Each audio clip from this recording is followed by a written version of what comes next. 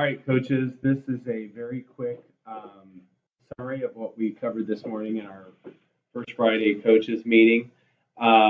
Just to let you guys know, we've scheduled our next meeting for, I believe, the 5th of January. It's the first Friday in January at 7 a.m. here at school. That could change if we find a time in the evening that works for majority of our coaches, but please plan on attending. So a question that has come up several times for us is the Nike agreement or rotation.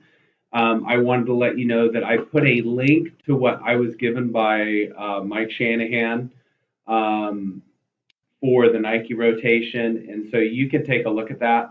I'm going to send a survey out, and the survey is going to give you both. Well, the survey is basically ask you where you're at with your uniforms. When's the last time you're on a rotation? Some of you that are new will have no idea. You'll just know the current condition of your uniforms. But I'm hoping that that allows us to, if we need to make adjustments to our rotation, we should be able to do that and anticipate that.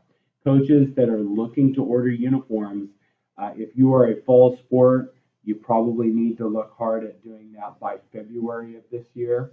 And then winter and spring coaches probably need to do it definitely before we leave for the summer break. So anyway,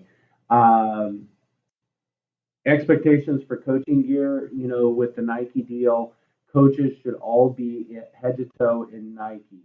Now, if you are wearing a suit and tie or a dress or whatever to a game, then obviously we're not expecting you to wear Nike. But if you have a coach's shirt, a polo, a jacket, hoodie, whatever it is that you're wearing for whatever event that is that you're representing Cleveland as a coach in a competition, we'd like it to be Nike.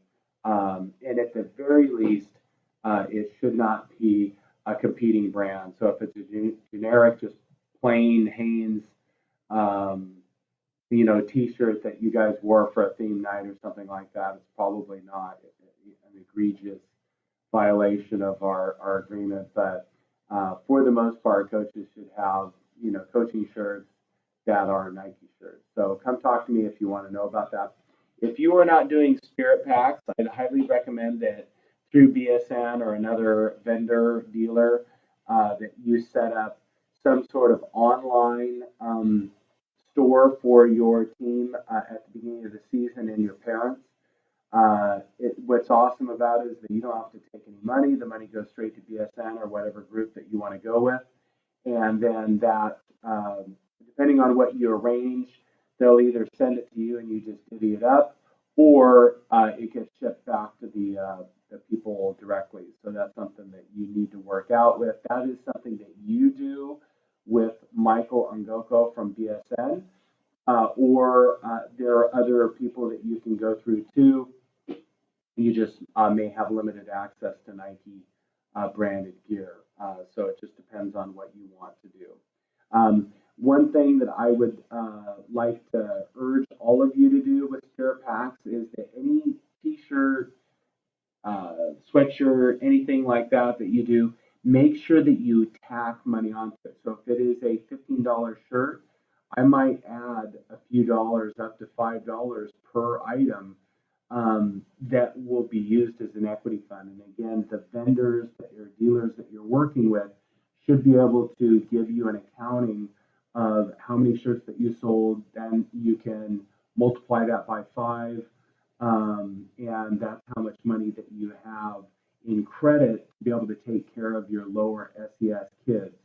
Anything that's left over, you can then help use that to pay for coaches gear. And the last thing I'd say is that when you're doing your kids gear or orders for the team in general, it's probably better to include your coaches gear in that at that time. It's just simpler for accounting. When you do a coaches order separately, there really has to be a clearly defined, where's that money coming from to pay for that. And sometimes auditing and accounting is more difficult when it's done all by itself than when we do it with a larger order. All right, capital improvements right now. I would like to get a conversation started with our teams that use the gymnasium and our team rooms here on the main campus about doing some facility branding. And so I'd like to start that conversation. I'd love for coaches that have ideas to, come to me. And then I know that we have some parents and community members that are already doing some things. And so maybe getting us all in the room together would be a good idea to come up with some ideas to, for, I don't think a lot of money, we can make a pretty big impact on what our facility is like. Our track and stadium and our gym are really the living room of our community, and it is the thing that everyone sees.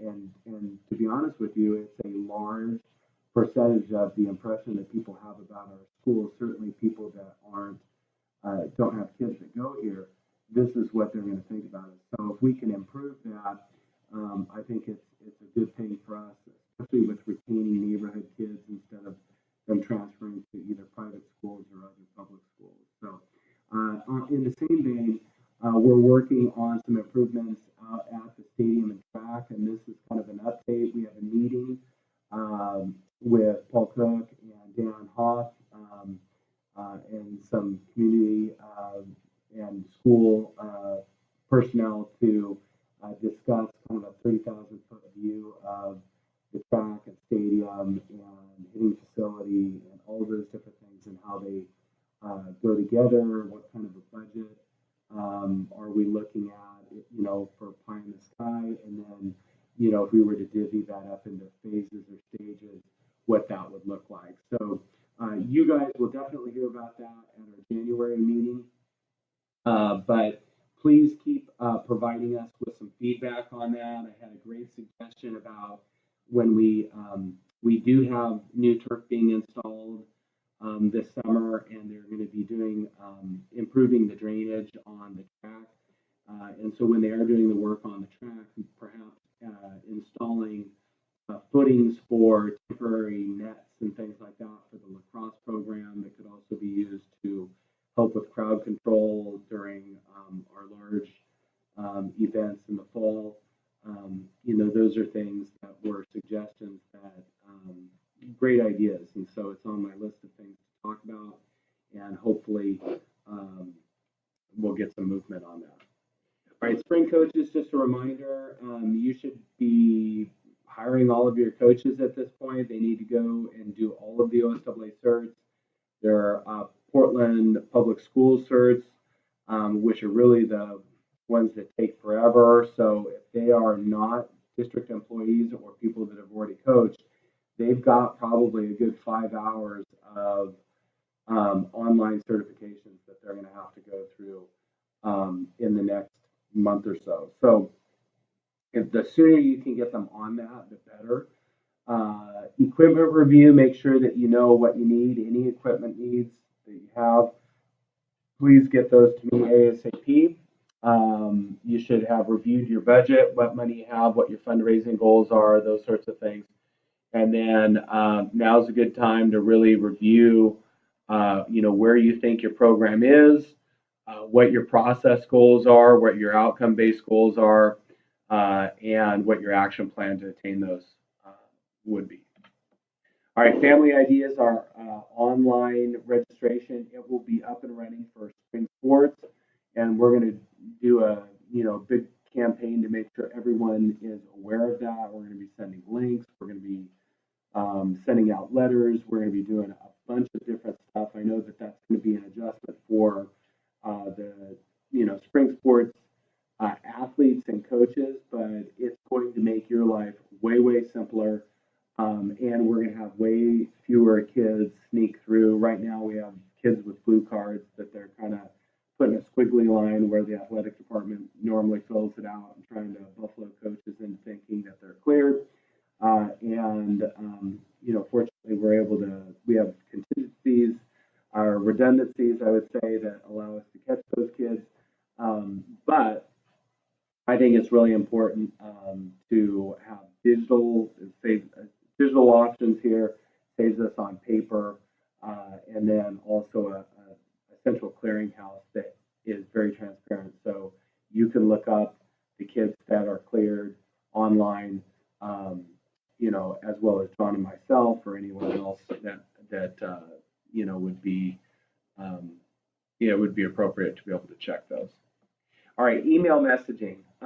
We are going every program. The district would like every program to be putting out a weekly email to parents and community, and I have a template that the PCA provided for us that would be wonderful for you to use. Those of you that have gotten my weekly emails, I do not use their template, but I send out a schedule for the week. I send out kind of reminders and ideas and messages that I want to share, and then finally, I have a thought of the week or something that's on my mind, and so it would be. I think it's great. Parents really like it. Parents like communication. They like to know, reminders of when fundraisers are due. They like reminders of, when the gates open for, or when weigh-ins are for the district wrestling meet, or, when pictures are for swimming, so on and so forth. So the more information that you can share, the better off that you're going to be. The second thing here is that we would like an athlete of the week for each program. And if you're a two-gender program, if you would share with us your male and female athlete of the week. So, and then we share those. We nominate 2 athletes a week that goes to the district office. We'd like a picture of those people.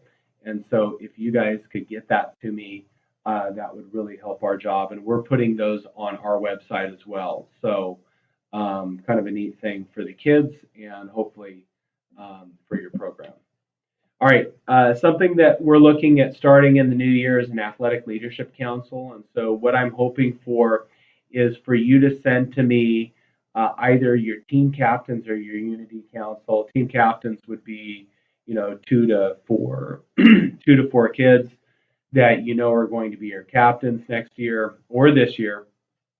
And then for fall sports, something that I did with football is that I didn't have, we would have 4 captains by the time we got to fall, but we'd start in the spring, before spring, in February, we would have the kids nominate people that they felt represented them, And so those athletes would be good to include on this council if you had 8 or so kids. Maybe you want to do 2 kids per class, so you'd have 2 freshmen, 2 sophomores, so on your unity council, and then you would send them. And I would suggest, I have processes that you could follow. I have suggestions that you could ask for, or if you have your own idea, please don't send me every senior that you have. There should be a criteria that you choose these kids. But really, these are going to be your culture keepers for your program. These are your best kids, your most dedicated kids, the best players for your team, not necessarily the best players on your team. And they're going to meet monthly with me. And so I don't have a firm plan for that. So I'll be definitely getting you an ask between now and then. But if you would think about that, and if this is something you're interested in, please let me know. All right, that is it. Remember, we've got a meeting next month. Let me know if you have any questions. Feel free to follow up with email, and go Warriors.